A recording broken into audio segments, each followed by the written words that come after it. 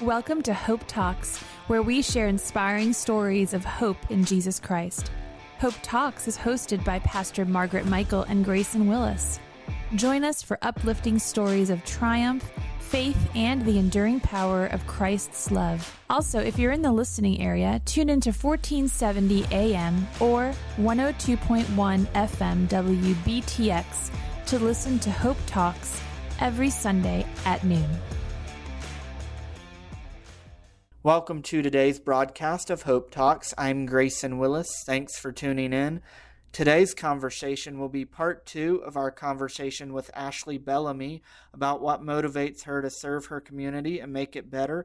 If you missed part 1 last Sunday, you can visit our website, cotnaz.org, click Ministries, and click Hope Talks, and it will be July 19th program. We pray that today's conversation is a half hour of hope for your life. May God bless. I love to serve other people. I have a servant heart.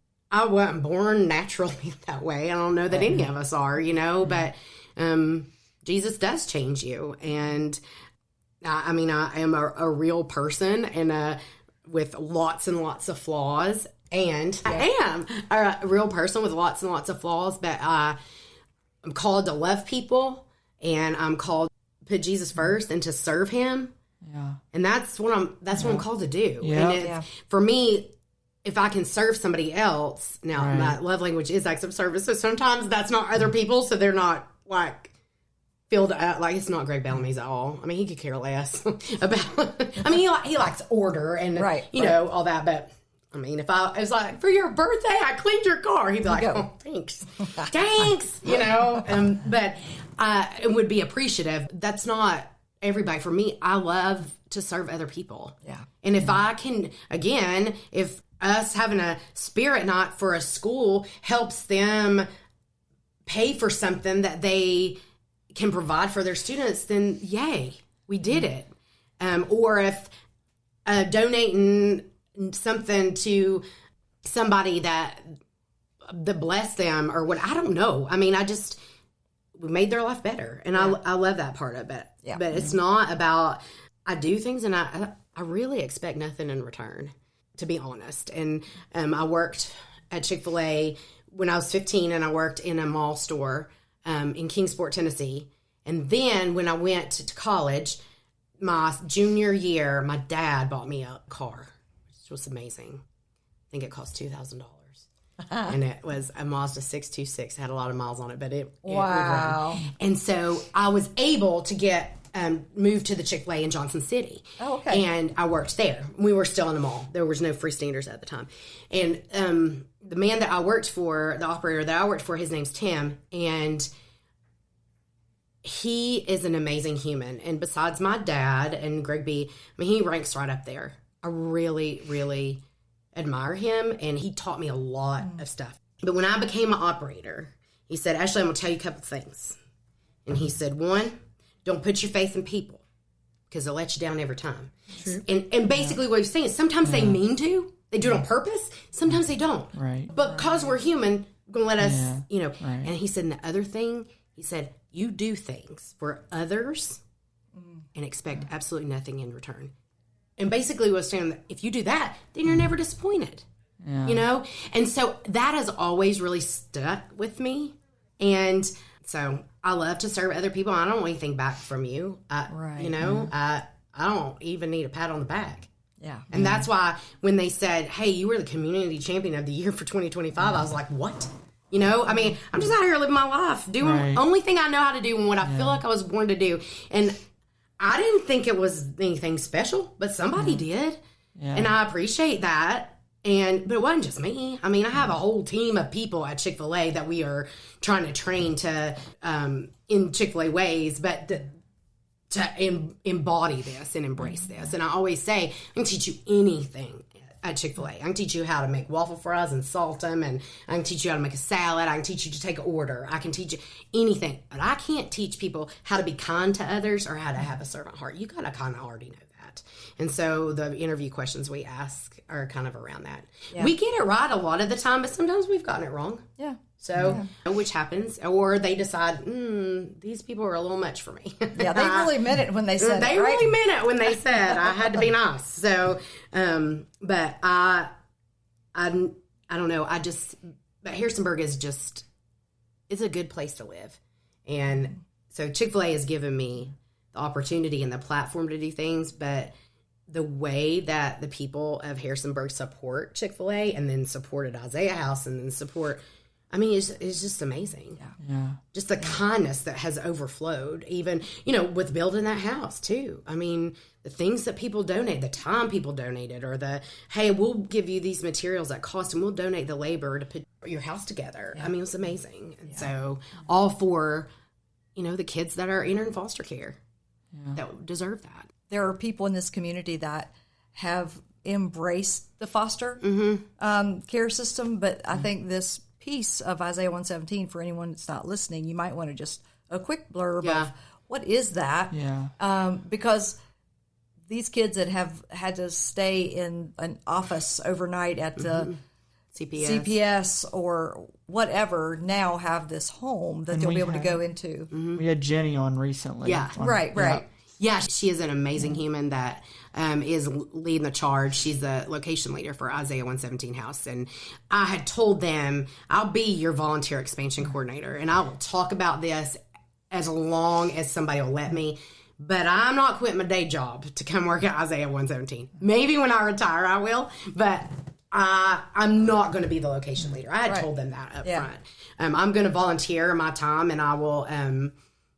until you find somebody, but we will find somebody. And we did. And oh my gosh. She's amazing. What a winner. The Isaiah 117 House is going to fill the gap of removal of a child from their home and placement into foster care. So instead of going to the CPS office to wait or going to somewhere to wait, they will come to our house. Yeah. And we will take care of them. And while the CPS worker finds the best placement for them. The CPS worker will be there with us, with the volunteers and the child while they're being able to do their paperwork, and they won't have to worry about caring for the child at all. Yeah, so say someone's listening and they're like, well, I didn't have the skills to help build, but I'd love to be a volunteer. Oh, we need a lot of volunteers. I know you do, and I know that we talked about it the other day, but I want to just, again, because someone might be listening today that wasn't listening before. So how can they get involved? What do they need to do? Just like what are the things that they would need to do to become, because you cannot just walk in there and be a volunteer. Yeah, there's some background checks and there's training and for sure. So we have a lot of different opportunities. You can go to Isaiah117house.com, and that's the national website. Then what you have to do is click locations and then find Rockingham County, and everything right there is specific to us, and it will say I forget what all it says, but it takes you to a link tree, and you can sign up to give monthly, which is called a sock buddy. But then there are volunteer opportunities of all kinds. To work with the children or work in the house, you will have to be vetted and background check. I'm pretty sure you got to be 21, not just 18. But then also there's all kinds of, if you just say, oh, that will make me sad, I don't want to be a caregiver for a child, then you can help us organize the giving room, because every child that comes there will end up having taken home some new pajamas and some new clothes and something special, and all things in the giving room are new. And so we will have to organize that. We'll need people to help us clean the house. We'll need people to help us stock the pantry. And so we have bin buddies.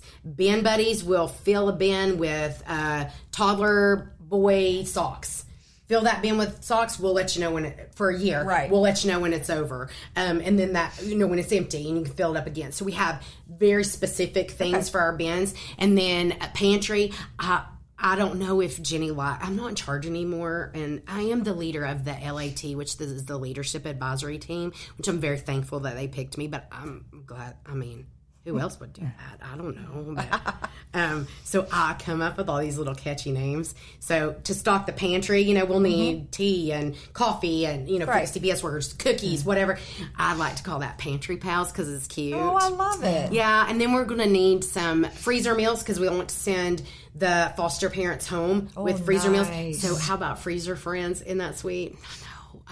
You are. I know. You can't stop. I can't. And then we got Ben Buddies and, so, and you'd be shocked too. I think we're going to try to put some birthday baskets together because you'd be shocked how many kids might be removed on their birthday or around their birthday. So we want to be prepared, right? Yeah. Right. And so we're going to make a cake and we're going to have a party. And also we're going to read the room. So if we need to sit and cry with the child, we're going to do that too, Right. Whatever they want. But so all that is going to be on the website, but you got to click Rockingham, Virginia. Yes. So, and then you can see all the locations on there as well. But also news, Roanoke has been approved for expansion. And so they're going to have their kickoff and then start raising awareness. And I think that's really amazing too. That is really that's cool. Close, right down the road. Before we open our doors, we got to have a whole year's budget in the bank. Yes, absolutely. Just because we don't want to get behind. So then you've raised your 1 year's budget, you're getting then everything. Right. So basically you're a year ahead. Yeah. That's really, And so, so I think there's a lot of opportunities, not just to work with children. I mean, you don't even... The yard, the bin buddy. I mean, you don't have to fill out a volunteer form to get a bin.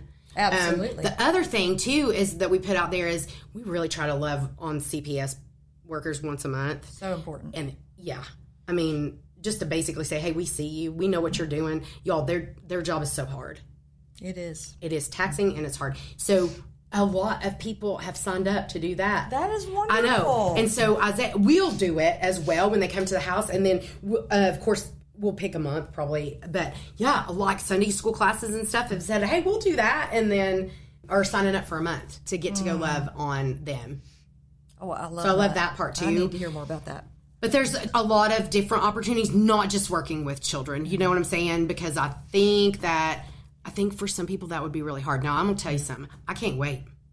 And I know it's going to be hard and it's unexpected, but there is nothing I want to do more than play with a kid.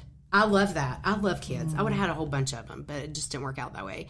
And one day I hope to be a grandma, and that is awesome. You want to hear my grandma name? I already have it. What is it? I want it to be Bootsy. That is so fitting, isn't it? Bootsy's friend. Yeah. So I always recommend somebody have a young friend, and I do. She's 27, and she just had a little girl, and so I get to play with Miss Georgia sometimes. But and so she's been calling me Bootsy. She's only 4 months old, so she doesn't talk yet, but that's what we say. Bootsy loves you. I've been practicing. So I'm very excited to get to work with volunteer with the children but I'll do whatever they need me to. I know you will because you're a team player. Yeah. There's no doubt about that. I'm happy to do that as well. Not to be too churchy, but this is kind of a church podcast, right? Yeah. But I think we can take a lot of verses out of context or whatever, but I want to just remind something that is a good one that I really like, and I read things in a lot of different versions, and it's from Galatians, and it's Galatians 6:9, and it says, and let us not grow weary of doing good, for in due season we will reap if we do not give up. And that's the English Standard Version, and I do believe in this. It is talking about persevering and doing what's right. And I don't think I'm taking that out of context. You can do that sometimes. But it encourages us to persevere and do what's right even when it's hard. Right. And do what's right even when we're tired. And even though you absolutely love what you do, and your community involvement, whether it's at Chick-fil-A or outside Chick-fil-A, doesn't mean it's always easy. Right. It's not. It doesn't mean you always want to do it. Right. I've done a lot of things I don't want to do. And it does say, it says in the Bible, you'll reap it. Yeah. I mean, my mom used to always go, you'll reap what you sow. And most of the time she was telling me that because I was understand. naughty or something. But I heard it too. That goes both ways. It does go both ways. And you might not always see it. And you might not always know the impact that you made on somebody either. Oh, I think only heaven knows. Yeah. Only heaven knows. But you could have said something to somebody, or we could have at Chick-fil-A, like talked to them or whatever, and then they left and was like, I needed that. Oh, I think that happens so often. Yeah, and so you might not know what you're reaping, but you're planting seeds. I know, and I don't really care if I ever see the reap of it. You know what I'm saying? I don't. It comes from the heart. It does, and I just want to love people and make them better than I found them. And again, I'm a flawed person. That's all that, but I might be the only Jesus somebody sees. Yeah, that's right. Amen. So that's right. I try most of the time to be on my game. Yeah.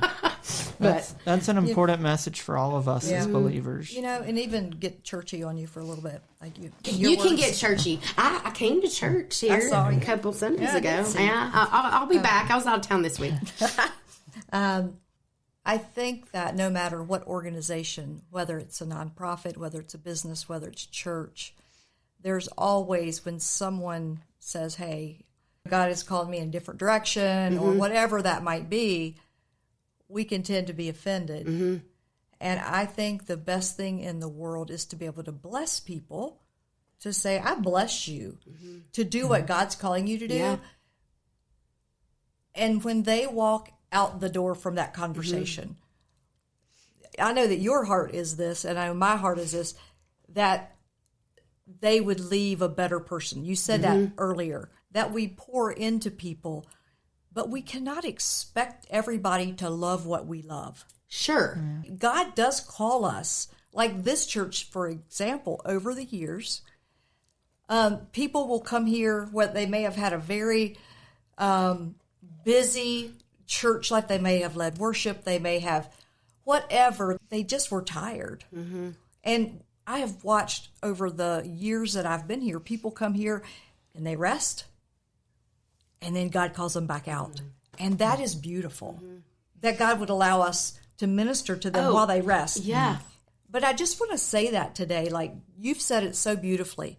Hey, we don't have any idea what people are going through, whether it's church where you work, whether it's nonprofit, your school, whatever it is. And the ministry of presence, just being able to not be worried about tomorrow or worried about yesterday, but to be able to live in the moment and just see who's in front of us. That's a gift. And I know that you don't need the accolades, but you've done it well. And it's not only helped Chick-fil-A, but it has changed our community. Yeah. And that's powerful. Yeah. And as our people, I think about I've had some really, really special team members in the past. And I think about, them being there for a season and then leaving. And there's been 3 times. I don't cry very much ever. I just don't. I grew up in the 80s, so I'm a Gen X kid, so we tough, That's right. But I've had, there were 3 girls that worked on my leadership team, and one left to go work for a college that's near here, that's purple and gold. And I loved her. I still do. We still keep in touch. But when she left, she came and told me, and I was like, you go live your dream. You do that. Yeah. But when we sat down to recap, I cried. Mm-hmm. And I said, I'm so happy for you, but I just got to cry a second, And then there was another, and she left us to have her 3rd baby, met her husband there. She was a timid, single, young mama, and left me and to be a mama, full time. Mm-hmm. And her departure was precious and sweet, and she was like, thank you for giving me a chance, and now she has started her own little business, and I'm so proud of her. And then the latest one left me last summer to be a mama too. And an amazing human, and she has started her own business. Oh, wow. You've and I'm inspired some so people. proud of her too. And so I always say, I hope that if you've worked with us, that you, and it's not your dream anymore and you're going to live your dream, that you've got the confidence to do that. Yeah. And then you've got the confidence to stand up for yourself. Because Yes, I teach them that too. Because we're going to hold people accountable at the Chick-fil-A. And so we're going to, if we see something, we're going to say something, and we're not going to make it a big deal, because everything doesn't have to be a confrontation, but we're going to talk this out and figure it out. And so I love that, because people are with us this season. Well, you're training future leaders. Well, I hope And so. I think of something my dad said one time in the church context, that we want to be known by our sending capacity, not by our seating capacity. Yeah. That's a good one. I like There's it. many more. I like it. I love to talk about Chick-fil-A. I love to talk about leadership. I love to talk about our community. I love to talk about Isaiah House. I like to talk about Jesus too. Yeah. But I feel so thankful that Chick-fil-A picked me 25 years ago to be an operator. I mean, the rumor was that year, it would have been 2001 is when I became an operator. So I started talking to them in 1999, or maybe it was 2000. And then 2001 became an operator. But that year, in 2001, they picked 80 operators to put in stores. And they had over 80,000 applications. Wow. Yeah. What? Is that crazy? Wild. So to me, Chick-fil-A has been a gift. You know, now, sometimes I wanted to light that gift on fire, but it has been a gift, and it's what I did with it that mattered. And I wanted it to matter. Yeah. You know, not just to be lip service or not to be, but really, hey, I'm going to live this. And so to me, it's always been a gift, and I am just grateful. I'm humbled. I'm grateful. I'm just all the things. And I hope that when I retire one day, that people will remember, whoever takes the Chick-fil-A over, that we'll have left a legacy there as well for them to follow. But I just feel appreciative, and this community, it's easy to help this community. It really is. think. Yes. It's easy to try to be involved in things, and it was easy for me to beg to get to bring Isaiah House here, because I knew that we need every county needs it. Right. I mean, or every city, everything, everybody needs it. But it was easy for me to do that, because Harrisonburg I have lived in Harrisonburg almost longer than I lived in Tennessee. Wow. So I lived in Tennessee until I was 24. Now I've lived in Virginia for 25 years. So I've actually lived in Virginia longer than I lived in Tennessee, because that's where I grew up. Yeah. But I mean, in 4 more years, I will have lived the same time. So I feel like this is home. Yeah. You know, my hometown, even though it's really not. Yeah. Tennessee is my hometown. But it's been easy for me to try to love on this community and try to keep doing that. And it's a very giving community, for sure. It's kind people. I always say in Tennessee they grow good people, but I think they grow good people in Virginia too. That's right. So, that's exactly. And then South Carolina was the other place we lived, and I really loved. Yeah, I love that too. But it's been easy to serve this community. And did I know that 20 years ago when we moved here? No. I thought this was the coldest place I had ever been. It was December 1st, 2005 when we moved here. It snowed. It was freezing. I wore a scarf in my house because basically we didn't have enough furniture to furnish the rooms in our house. And that December, Santa Claus brought Ellie Grace a bike, a Cinderella bike. Well, she got to ride it around our house because we don't have any furniture. So she could ride it inside. And then Santa brought him a basketball hoop, and then he could just run back and forth because we didn't have any furniture. But because you don't have any furniture and not much rugs, it's freezing. So I thought, where have I moved? This is so cold. And just a lot of different things there. But I didn't know at the time what a blessing here would be. Yeah. You know, I knew we were getting ready to venture into a super great opportunity, and I was so excited about that, but I didn't I didn't know what was in store for us. And so I feel super thankful. I'll never forget, where I came from, which was hard. It was hard. It was hard. Right. And then where we've come, where there's a line out to the road, or there's sometimes I just drive up that place and I'm just like, I'm just thankful. Yeah. Just pure thankfulness and gratefulness, and grateful for the people that choose to work with us, and some of them been with me a really long time, and so we used to call it family, but we kind of call it community now, because you can't really get rid of your family, That's right. And so in community, people move in and out, and that's what happens in our place. So we try to build a good community there. But And family is not always, some people don't have those close family relationships and don't understand. Yeah. So they can understand community. I mean, people, absolutely. they're there for a season sometimes. And, we've had a lot of really special people that were in maybe grad school at JMU, and they worked for us for a season, and they went off to go live their dream. We knew that was going to happen. We loved them, know? And so I hope that we've made a positive impact on, I hope we do it on our customers. I hope for our team members and our leaders and everybody that we come in contact with, and then the community is just special to us. Yeah. So Yeah, that's good. Yeah, Ashley, it's been great to have you today.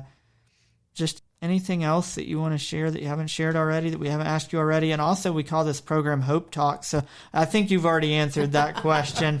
But hope, what does that mean to you? Hope.